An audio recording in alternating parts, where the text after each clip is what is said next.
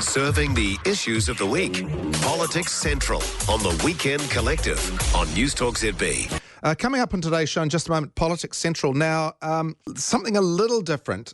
This time last week we were looking forward to Foreign Minister Winston Peters. He was off to New York, but now we're doing something a little different this hour because we've heard about the government's announcement on whether or not to recognise the state of Palestine. So we're going to hold a panel discussion on this before you have the chance to have your say. We'll be taking your calls on 0800 80 1080. I'll be announcing our panellists in just a moment. So, yes, as I mentioned, we're going to take this hour a little differently with a panel discussion following the government's announcement of its decision against recognising a Palestinian state at this stage. Then we'll be doing talkback, taking your calls. So, yes, Foreign Minister Winston Peters made the long-awaited announcement in a speech at the United Nations General Assembly yesterday. Was it yesterday? I can get my days muddled up with the time zone. Grouping New Zealand with a small handful of countries who've also decided not to make the move yet. He said, as long as Hamas is the Gaza Strip's de facto government, there is no legitimate state of Palestine for New Zealand to recognise. He also laid out a list of conditions that would need to be met before New Zealand makes a move, like the release of all hostages, the renouncing of terrorism, and a movement towards an actual democracy, among others. So, is it a careful act of diplomatic restraint, or has New Zealand missed a moral and strategic moment? Well, joining me, Geoffrey Miller is a geopolitical analyst with the Democracy Project. He'll be with us in a moment. We're just trying to get him up there. But firstly, we're joined by Robert Patman. He's a professor of international relations at Otago University. And Robert first is with me now. Robert, good afternoon. Good afternoon. So we'll start with you. We're just having a bit of trouble connecting through to Geoffrey, so it might be a panel with you and me, but we'll see how we go. We'll see. Because not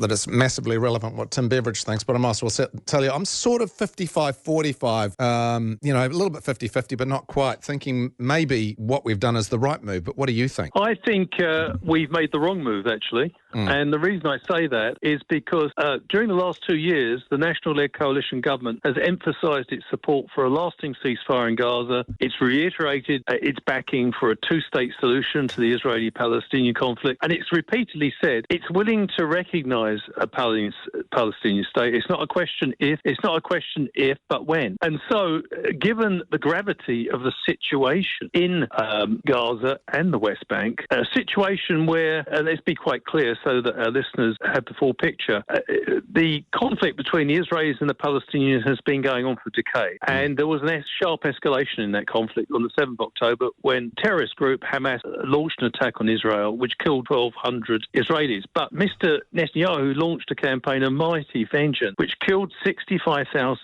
which has cumulatively killed 65,000 Palestinians, including 70% of the Palestinian deaths have been women and children. And there is a widespread feeling that not only was the Hamas terrorist attack a war crime, but the retaliation has been disproportionate, has not distinguished between civilians and military targets sufficiently. And in the process, Gaza's been reduced to rubble. 80% of all buildings in Gaza have been absolutely devastating. 90% of the population has been displaced. And in addition, famine conditions are now taking hold, not because of some natural phenomenon, but because of an engineered restriction of humanitarian aid. So this is a desperate situation. And it also has a big message for New Zealand because we've always stood very strongly to uphold international law. And we believe in a rules-based international order. And what's quite clear is that international law is being trashed in the Middle East. And given that backdrop and given the gravity of the situation, I thought it was time that New Zealand indicated its disapproval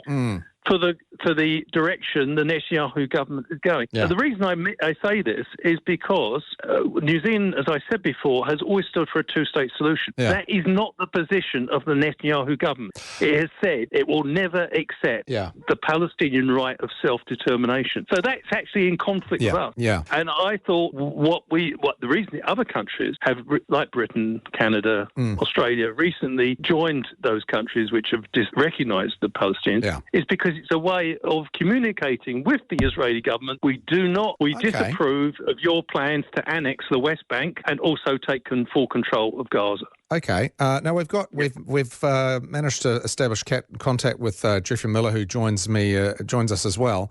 Geoffrey, you're probably aware of it before, even if you've missed Robert's earlier statements of his position on it. But I guess, have we missed an opportunity to exercise some disapproval, Geoffrey? Good afternoon, Tim. Yeah, yes, I think New Zealand is sidelining itself on this issue. It's quite perplexing, to be perfectly honest, because New Zealand has tended to side with countries like Australia and Canada and France, United Kingdom. Since October the 7th, New Zealand has signed up to numerous joint statements with these countries. We signed up to one, and just most recently in July, on the issue of the two-state solution. So it is very puzzling why New Zealand is going down this route at this point. And you'd be very, very interesting to be a fly on the wall in cabinet and work out what the arguments were that were presented and how that decision was made. So do you disagree with us? I mean, I'm guessing you do. Do you disagree with New Zealand not recognising it right now? Well, I think there's so much in favour of going for the recognition right now, and I think standing with New Zealand partners such as Australia and the United Kingdom and Canada is one argument.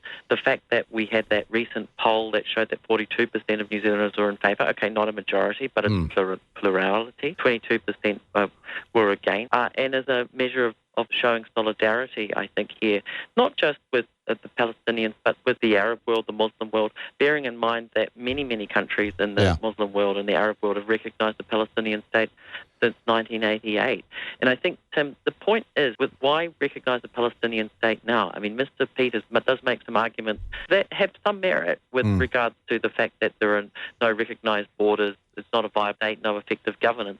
But you have to look at the reason why that is, and that is because Israel is occupying large parts of Palestinian territory. And they're doing everything possible at the moment to make a Palestinian state impossible. And Benjamin Netanyahu, who spoke several hours before Winston Peters yesterday, said that it would be national suicide to allow the creation of a Palestinian state.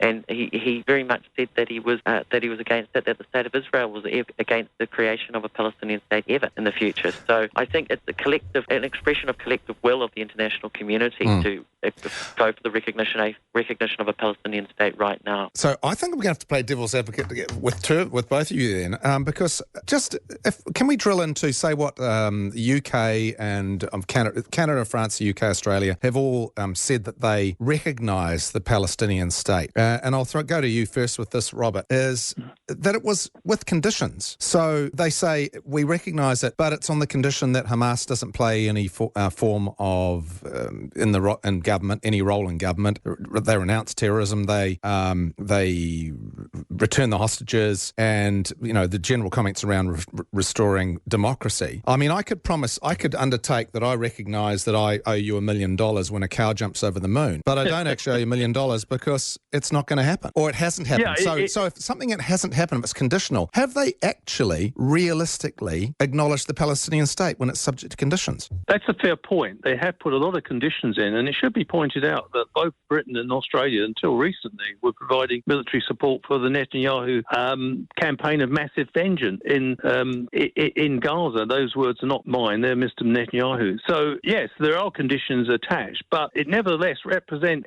I think the crucial point here is that by symbolically recognising a Palestinian state, it opens up the possibility to taking further practical measures. It communicates to the Netanyahu government that Britain, Australia and Canada actually disapproves of Netanyahu's plan to take over Gaza and also annex the West Bank. It's already annexed East Jerusalem. But this is important because it's interesting to me in the few hours since yesterday when New Zealand made this decision, the Netanyahu government has already praised the decision by the national-led coalition and suggested that has invited New Zealand to place its embassy in Jerusalem. Now, many countries reject the relocation of Israel's capital from Tel Aviv to Jerusalem because East Jerusalem was illegally annexed by Israel. So this is already going to cause some embarrassment for the government, because I think the government, in all sincerity, thought it could take a middle ground position between the Hamas terrorist organisation and the intransigence of the Netanyahu government. The problem is, I think this government, if you think about it, said the time is not quite right.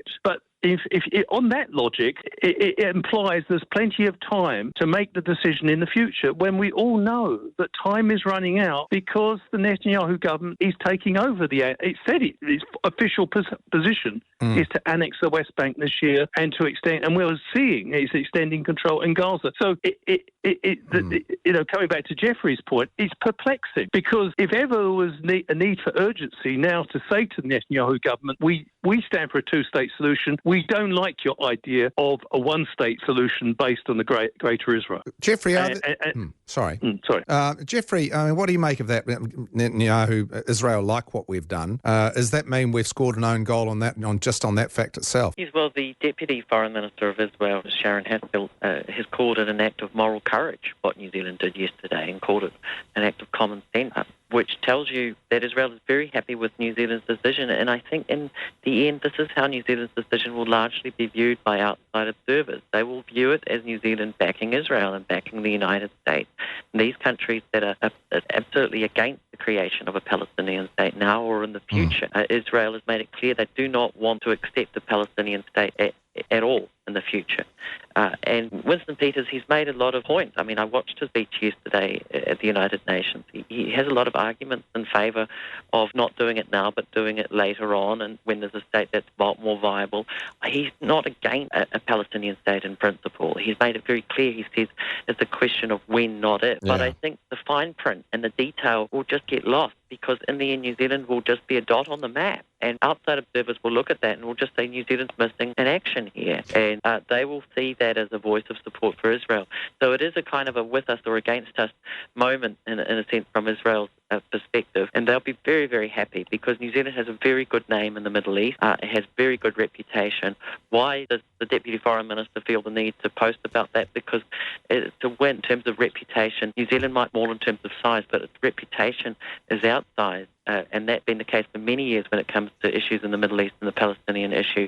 New Zealand's reputation is worth a lot. It's worth its weight in gold. So Israel is very happy about New Zealand's decision yesterday. Right, we're going to dig into this a bit more. I'll ask for a bit more time from both Geoffrey Miller and Robert Patman. We're discussing New Zealand's decision not to formally recognise the state of Palestine, despite saying that we might we'd like to do it in the future, and it's a case of when, not if. And we'll be taking your calls after that. But firstly, we're just going to take a quick moment. It's 23 past 3, Newstalk ZB. Yes, welcome back. And we're with Geoffrey Miller and Robert Patman talking about Winston Peters, the announced decision by the New Zealand government not to recognise the state of Palestine right now. And we'll go to you first, Robert, on this. Can I argue that were there points in firstly, question, were there points in Winston Peters' speech because he spoke strongly against the unbalanced response that Netanyahu's made? Did you agree with many of the things or any of the things he said aside from the actual conclusion and the decision, Robert? Oh, hang on a second. I just need to put you online there. There you are, Robert. Sorry, you have to start again there, Robert. I hadn't put you on air. There we go. Oh, yes, I thought that Winston Peters made some valid points, but he also said some things which I think were debatable. For example, he said we can't make a decision to recognise a Palestinian state now because a war is raging. But if New Zealand is in principle willing to recognise a Palestinian state, waiting doesn't make any sense because the territory which the Palestinians would want to make their state from is being overrun and occupied and degraded. If anything, we, on the basis that there's no infrastructure or no state in place, if you use that criteria, then perhaps we should have gone for recognition a year ago, and it's certainly not going to improve in the future.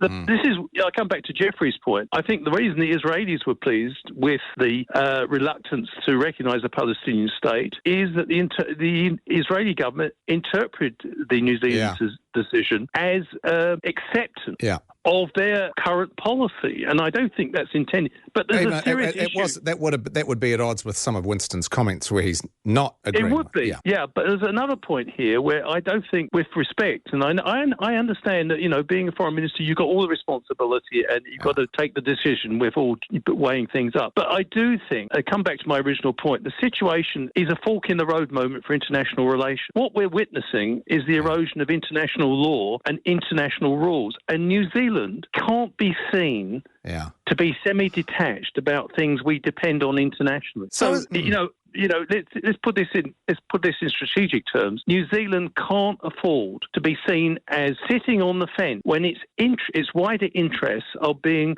eroded and seriously undermined by the fact that Israel and the United States are acting with impunity and breaking international rules, and that is a big concern. I'll pass this one to Geoffrey, and you can come back on it as well, Robert. But Geoffrey, sure.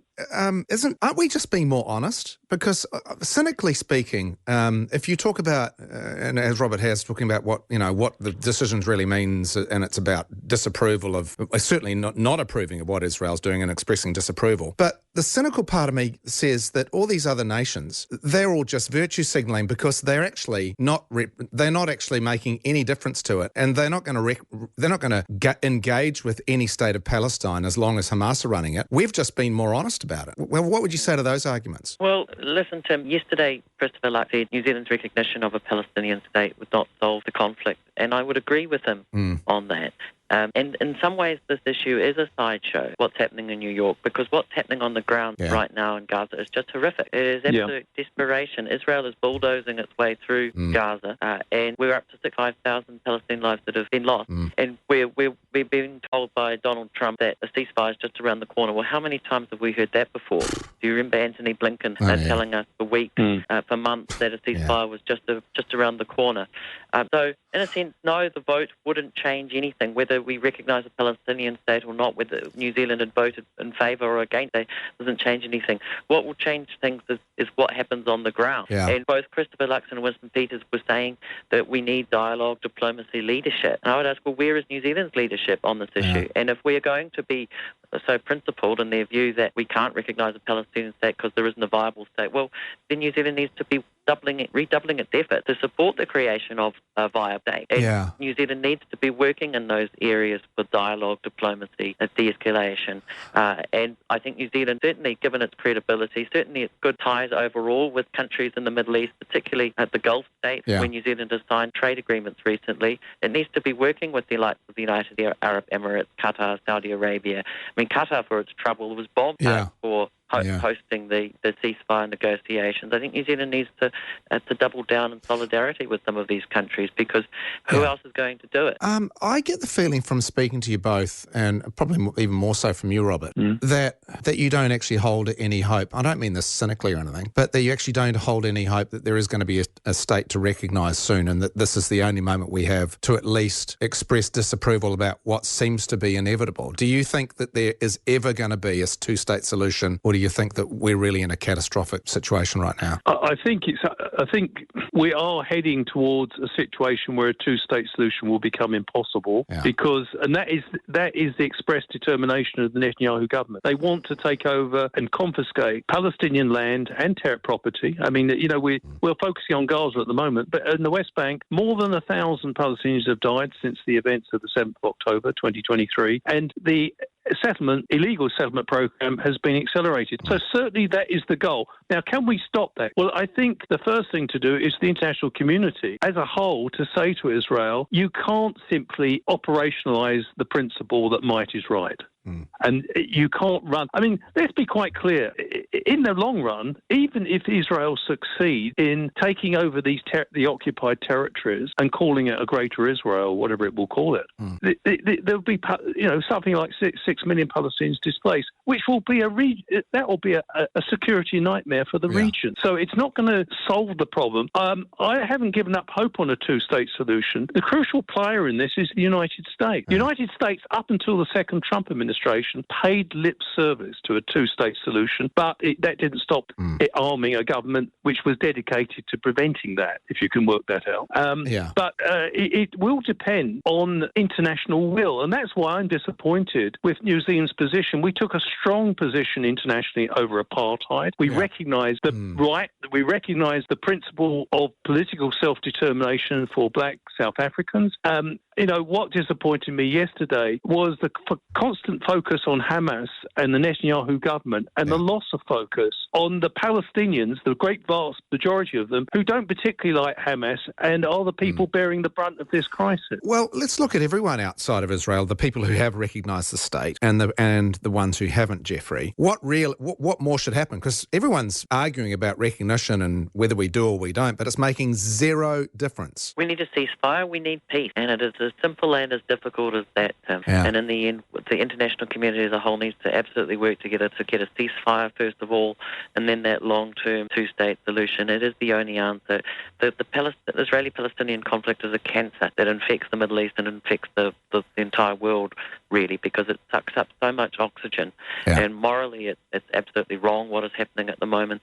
Even if you are blind to what is happening at a moral level, if you're only interested in trade, it's a cancer in that respect as well, because it destroys the hope of prosperity over so much of the Middle East. It is the cancer of the world in terms of international relations, and we absolutely need to continue to speak out peace for a two-state solution. And first of all, that's the lowest bar really is the ceasefire, and that's what we need. So anything that New Zealand can do to bring about a ceasefire, I think we should be supporting. And so when Christopher Luxon talks about leadership, I hope he shows it on this issue, and I hope Winston Peters continues to show it on this issue, because I think the decision that was made yesterday does not serve New Zealand well. Okay, I'll stick with you, Geoffrey, and then go back to Robert. What can we do if we do need to resurrect our standing in your eyes? Well, I think Winston Peters and Christopher Luxon will need to do a lot of explaining about this decision, and they're going to have to show that they really mean what they say in terms of needing to go back to dialogue, diplomacy, to support peace,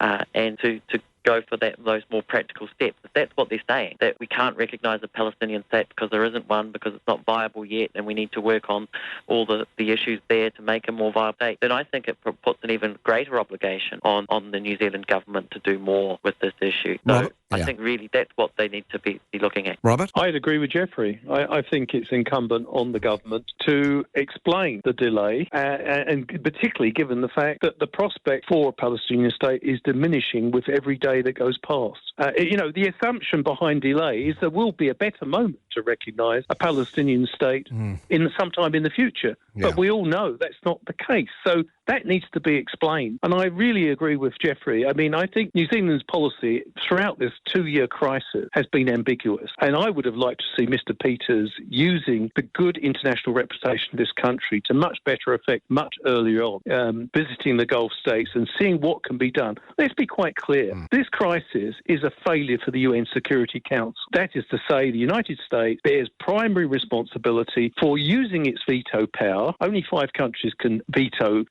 use the veto, and that has resulted in a continuing conflict in which many innocent people have died. And I think not only does New Zealand need to become more active in Middle East diplomacy, it needs to join Finland in demanding a reform of the UN Security Council so that we can't have another Gaza reoccur in the future. When one country blocks the rest of the international community, the majority of countries want a ceasefire now. But it's being stymied by the United States and its diplomatic cover for Israel in the United Nations. Hey, look, we could talk for ages, guys, but we'll have to wrap it up there. But I really appreciate your insights on that, Robert, and Robert Patman and Geoffrey Miller. Really appreciate your time. Thanks, guys. That is Geoffrey Miller, and as I said, Robert Patman. Geoffrey Miller is a geopolitical analyst, and Robert Patman, he's an international relations expert at Otago University. You know what? It's funny, I was sort of 55% in favour of Winston Peters and 45% against. At the time I heard that we hadn't, I was actually I'll be honest, I was surprised, actually, because I felt the momentum was going that way. And I mean, as you've heard from Robert and Geoffrey, really, there needs to be a change in terms of the international pressure that comes on. Probably the United States is the country that needs to be worked on, because you're not going to be able to work on Netanyahu. But what do you reckon? Did we get it wrong or right? Have we lost a little bit of moral authority on this, or have we simply been pragmatic? Because either way, declarations or otherwise, it's not really making much of a difference to the way Israel's going about what it's doing over there. So 0800 80 1080, we're going to do some talk back after this. It's 21 minutes to 4. This is Newstalk ZB.